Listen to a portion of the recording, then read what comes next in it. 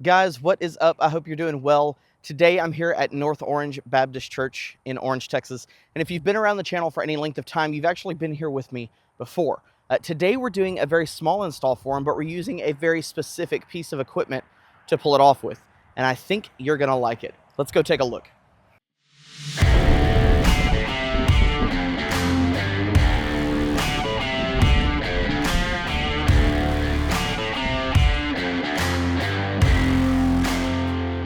Well, welcome back to the channel, guys. So let's dive into the job today.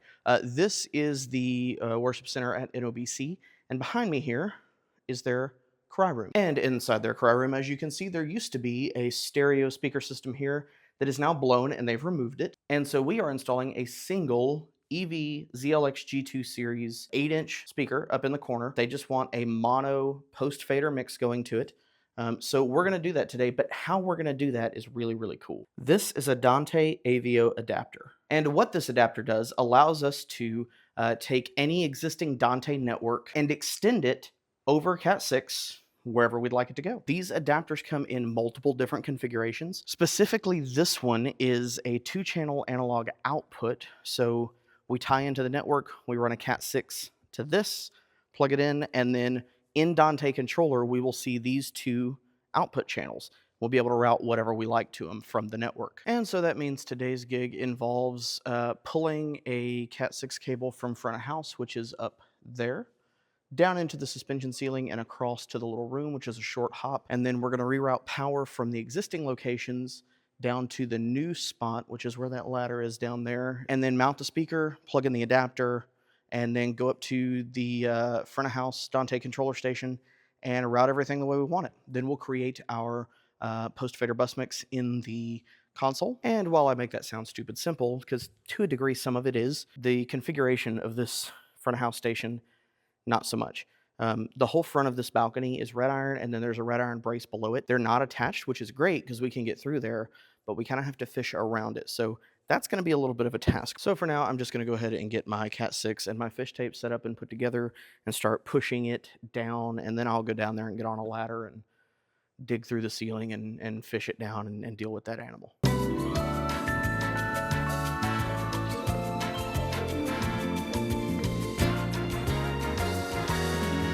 Alright, so the cable's fished, and that's the part that I was actually worried about. So now I'm going to run down and go ahead and mount the speaker and get that taken care of. We'll throw the adapter on, we'll terminate both ends of the Cat6, and then it's all digital from there. We're jumping into Dante controller and going ahead and patching everything through. And then we'll jump on the SQ7 and go ahead and patch everything through there, and we'll be done.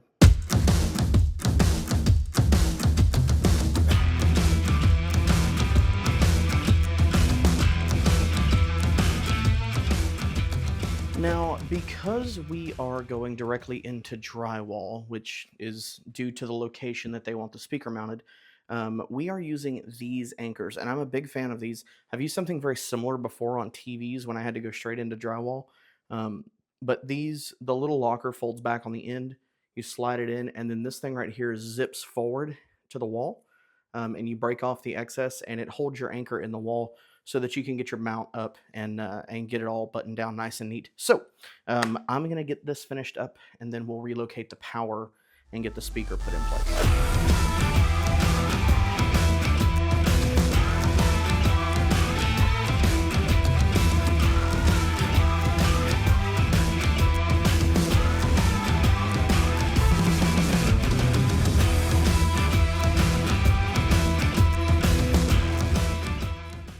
All right, so speaker is mounted. Now all we got to do, turn the Cat6 and pull power down. And for the sake of safety, I'm not going to disclose what they did to get power to the last two speakers that were in here, but I'm going to do my best to fix it and make it clean.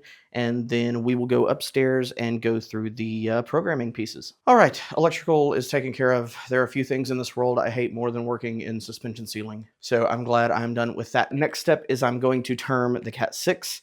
I'll show you what I use. I like this version of the Klein crimper. It is the only tool you need when terminating Cat6 if you use this crimper and the connectors that go with it, which are the pass-through style. And I know you can't see that on here, but these are the ones that you put the cable all the way through and then put it in the crimper, crimp it down, and it's done. I really like this tool because that little notch right there, the skinnier part of it lets me cut, and the deeper part lets me strip, all with one tool. And then you just put it in the crimper up top and do your thing.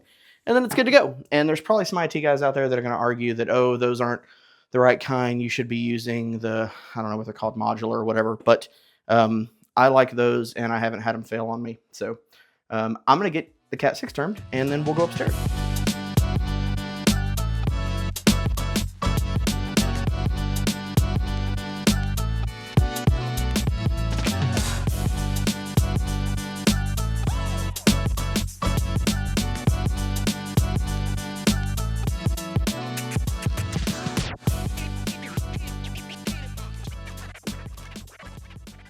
Remember, when you're terming Cat 6, if you're unfamiliar with that process, there's a couple of different patterns you can use, and it doesn't matter as long as both ends are identical. I tend to always use 568B. That seems to be the industry standard these days. But also make sure when you put your connector on, it's copper up, not copper down. That way, everything's in the right order, and when somebody comes back behind you, your work is easier to decipher. Cool? All right. Moving on. All right, so now the fun begins. We're going to pull the AVIO adapter into the Dante network. So there's something to note about this specific configuration before we move forward, and that is that these guys are not actually going through switches for their Dante network. Their ecosystem right now is so small that everything can be direct connect. So the Dante card in the back of the SQ7 goes straight to the Dante card in the back of the X32 core that's in broadcast. And from there, it goes out to the Dante AVIO adapter through the secondary Dante port on the back of that Dante card. So that means a couple of things. One, these require PoE, and Dante cards do not supply PoE. Normally, you'd be going through switching in a larger configuration, and so it wouldn't matter. You just use the PoE that's coming off your switch. But in this specific case, that's not happening. So the existing Dante AVIO adapter has a PoE injector on it to get power to it. I've got a PoE injector that I'm going to throw in the configuration here. But the other thing that not using switches means is that the only available port is the secondary port on the back of this card, which works fine. I can just plug into that and it would work, except I've got to be able to get into Dante controller within the network and route it. So in the meantime, I'm going to use this. This is a Ubiquity Mini Flex or Flex Mini. They are wonderful little pocket switches. They can be managed, but this is just defaulted to dumb switch mode, basically. This is going to give me the extra ports I need to get in right now, and then when I'm done, I'll just pull this out of the configuration and send this adapter straight into the back of that Dante card. So I'm going to get everything hooked up here and get going, and I'll tell you a little more about this thing later.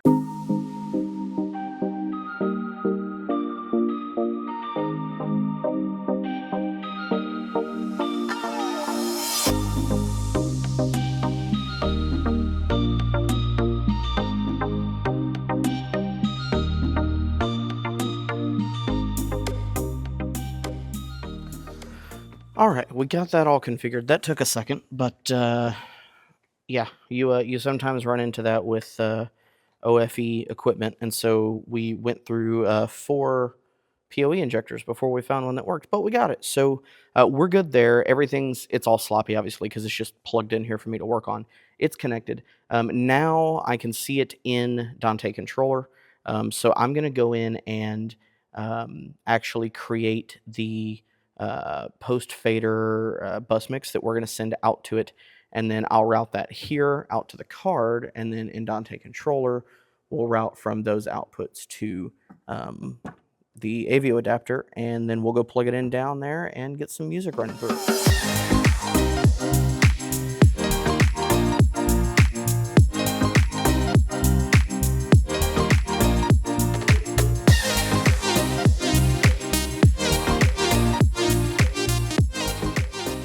All right, so I'm not going to get too detailed, but I am going to tell you what I did here.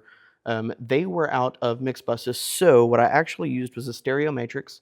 I turned it mono because we're just running one speaker down there. I then came in and basically told it that I'm going to send the main left-right that's being mixed out to it so that it responds like a post-fader bus mix. And I'm just sending that as a matrix, mono matrix output to the Dante card, and routed it in the I/O appropriately under outputs, mix out, go down to where I put the cry room and send it out of Dante AVIO port 1. And then from there, I'm going to unhook all this, put the main line into the secondary port on the card with the PoE injector, and then I'm going to go downstairs and we're going to throw the AVIO adapter behind the speaker, and there should be sound there. Okay, real quick before I run downstairs and plug the adapter in, I told you guys I was going to give you a little more information about this. This is the Ubiquity Flex Mini. It has been an awesome little pocket switch. This fits in my bag. It literally does fit in my pocket. Not that I would carry it there. It's really neat because it's powered by USB-C. So while it does come with a little power adapter, if I don't want to drag that out, I'm working at a computer already or whatever, I can just plug USB-C in, and then I've got extra I/O. That's one option. The other cool thing is that it has a PoE in port. Now, it's not a PoE switch, meaning you can't power things with it, but it can be powered over PoE. So if you're sticking this, in a bedroom or something, you need to plug in a printer and a Wi-Fi extender or something like that, and you can send power from your previous switch. Now this is the only thing in the middle. You don't have to have a bunch of extra power cables and things like that running around. So I really, really like this. It is a managed switch. I just have this one set in default kind of dumb switch mode so I can do quick plug and play stuff with Dante. But yeah, that's what I use it for, and they're not expensive at all. I think they're maybe like $35 at most. I think I got this one for $30, but anyway. And the other thing is I told you guys earlier that these AVIO adapters come in multiple styles and configurations. This one's, like we've been talking about, 2-channel output, but they do make a single channel output, a single channel input, a dual channel input. They have one that's like USB-C to Cat5, so you can go in and out of a computer that doesn't have Dante Virtual Sound Card with one of these and turn it into a Dante device. So lots of options there. I encourage you to go check this stuff out. I really like these. None of this is sponsored today by any stretch of the imagination, but I try to tell you guys about products that I really like and that I use, and these are two of those things. This is the second one we're putting in here. We utilize one of the USB-C ones on our campus, as well as Dante Virtual Sound Card. So yeah, I like these a lot. All right, moment of truth. We're up here behind it. I'm going to throw the XLR on the back of the speaker into channel 1, and then throw the adapter on the Cat5 cable, and we'll turn it on, see what we got.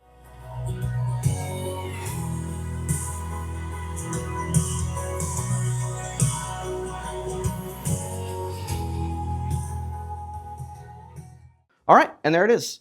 Installed, done, good to go. No, I didn't do a cutout in the wall and drop the cables down the wall and pull them through a box because they wanted as few holes as possible. So we came through the suspension ceiling just like they had done with the previous speakers they had in here. Now, I will say I'm not a fan of that mount. That is the mount that EV recommends for the ZLX 8-inch, but it sticks out a little far in my opinion. They could have taken 3 inches off of that arm and still had plenty of swivel space for that speaker, but it does move left to right and tilt. So all in all, good setup.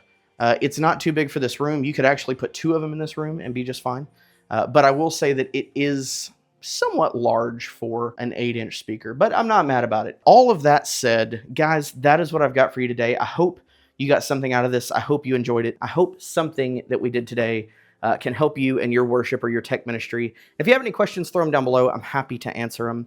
Like, share, subscribe. Thanks for just sticking around. I'll also put links down below to all the stuff in case you're interested in it. Using my links doesn't cost you anything extra, but it definitely helps me and supports the channel. So if you want to grab any of this, please feel free to click a link down below. I would super, super appreciate that. As for now, you guys take care, and I will see you real soon.